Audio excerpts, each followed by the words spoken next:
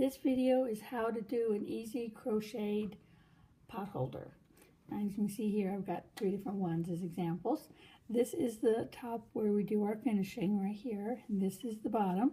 When you do your chains, you're actually chaining from this corner to this corner. So when you decide how big you want your pot holder to be, you would make a chain that would be equivalent to go from here to here. And if you want your pot holder bigger, you'd use more chains. If you want your pot holder smaller, you'd use less chains. My usual amount is 34. Now, it's entirely up to you what amount you want to do, but I'll show you how to get it started. It's really, really simple. The only counting you're going to do is right here in the very beginning. I'm not going to do the 34. I'm going to do a smaller one just to save time. So you would chain as many chains as you would need. I don't know how many I'm going to do. I'm just going to throw a few on here. Okay, say this is the entire length that I'm going to do. You would then do a single crochet in the top of each of these loops. So far, pretty basic. But when you get ready to do the next, you're actually going to be doing this in a round. You're not going to go back and forth. So let's go ahead and get all the way to the end. Oops, I slipped off. This is not my day. It likes to curl, that's just the nature of the beast. But if you pull on it, it will straighten out to make it a little easier to see. Now once you get to the end, you're not going to turn your work over like you normally would do. So now that I'm at the end, I'm not turning it this way. Instead of turning it that way, I'm going to turn it this way, because now I'm going to chain on the back side of each of these loops.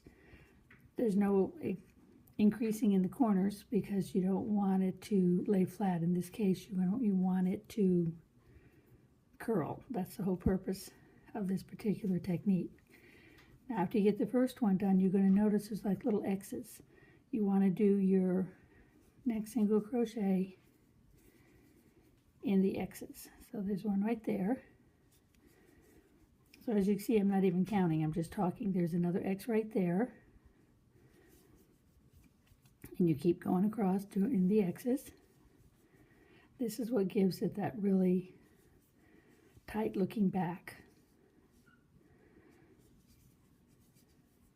It's hard to describe in a pattern. There's a pattern out there on Ravelry.com. It's out there through Stitch Knit. It is a free pattern for the pot holder as well as a dishcloth. So here's my last one right here. It's kind of hard to see, but there's one right there. Now same thing, we're not going to do an increasing on the end. We're going to turn it again the same way and go in the first one. The first one's kind of big so you can really see it. They want to do a single crochet in that one and continue on. Now if you're off by one count, it's like one crochet, it doesn't hurt. It doesn't hurt at all. It all works out in the scheme of things. Now you keep going around. Let's go, we'll do another, go around a couple more corners.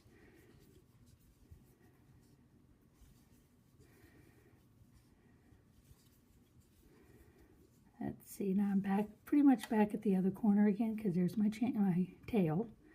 We get this last one done. Now the same thing, you just want to go into the next single crochet. So we're just going around and around and around. What this does is it makes like a little pouch effect. The corners are always a little bit tough because it's kind of tight, but you just keep going around them. It causes it to curl up like a little boat. So it kind of reminds you of a little canoe. So as you're working your way around, it's going to look like this. Just like this funny looking little canoe. After you get like 4 rounds around, you can turn it right side out like that, because this is going to be the outside finished part. So now when you work your way around these corners, it's not as difficult because you can have your finger on one side and your finger on the other, and you just work your way around the corners. Now since I do 34 stitches, I divide that in half. So half of 34 would be 17. So my goal is to do 17 rounds. So if you find the center, which in this case is where this dark is, you count 1, 2, 3, 4, 5, and count 17 this way. And when you turn your work here, same thing. 1, 2, 3, 4, up to 17. When you get to the 17 mark, it's going to look like this. Looks like you're making a little bag of some kind, but then you have your 17. The next thing is we want to make the little tab. Now, a lot of people make the tab last and sew it on. I like to make it as part of my crocheting so it's more durable. To find the center for that, you fold your pocket in half, and you come here and you find where your top is. So right there is where you're going to want to end. It's kind of hard to see because it's on white. But here it's looks like 3 more crochets. So let me do 3 more single crochets.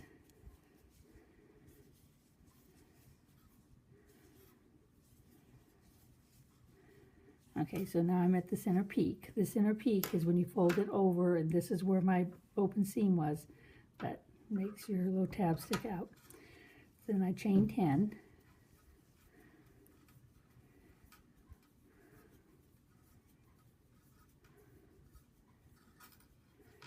And you want to cut a tail that's about 12 to 18 inches long, because that's the tail you're going to use to sew it together. So there, I just finished it. I had my needle on there, so I didn't have to worry about threading it later. And you cut your tail off. I like 18 inches. I'd rather have a little too much than not enough. So now when you fold it in this way, it doesn't look like it's going to fit, but it actually will. And when you squish it up, it looks like it's going to be longer. But as you tighten your stitches, as you sew it down, it all kind of works itself in together. Also, I like to grab one here from underneath, and one down here. That keeps it from slipping. Otherwise, it's really loose. But by putting those extras here, it doesn't pull apart and shift. It just gives it a nice solid base. All right, so now we come back up here to the top.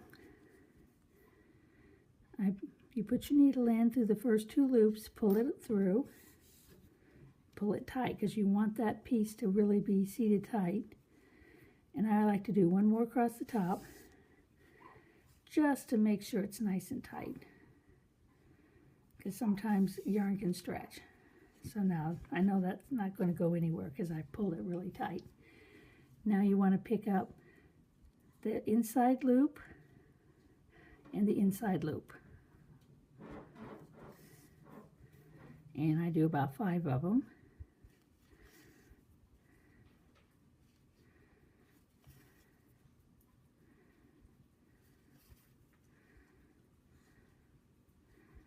Then after you do the 5, now you want to pull this tight.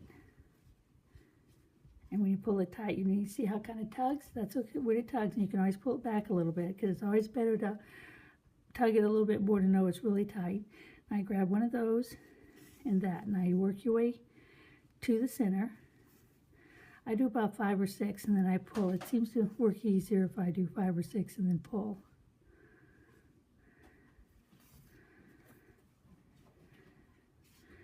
See, it helps lay nice and flat.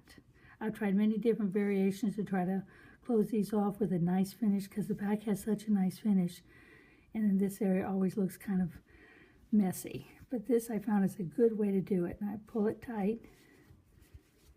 Now let's grab that center one. As long as you don't go all the way through, you don't want your needle to show through on the back. And you grab your next one.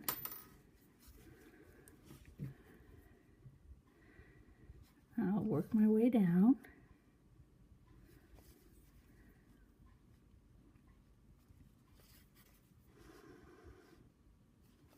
Oh, that's about 5, so I'm going to pull it again. See how nice it lays when you do that? And if you pull it too tight and it's starting to pucker a little bit, don't worry about it. We'll fix that at the very end. It's always better to be a little too tight than a little too loose, because we like this to have that really nice finished look. See, and I pulled that too tight, but that's okay. I'll fix that at the end. Now I want to grab one more in here and finish her up.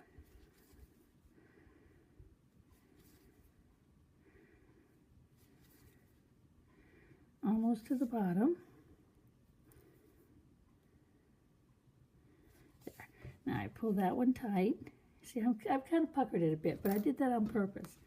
Then you can take and pull it out and stretch it and pull it until you get your nice square. And you can see it gives you that really, really, really nice, clean inside. Then you want to finish it off. I don't like to just put my thread through and say it's done. I like to do a little bit more security. So after I go through, I do like a back stitch and go through some more stitches.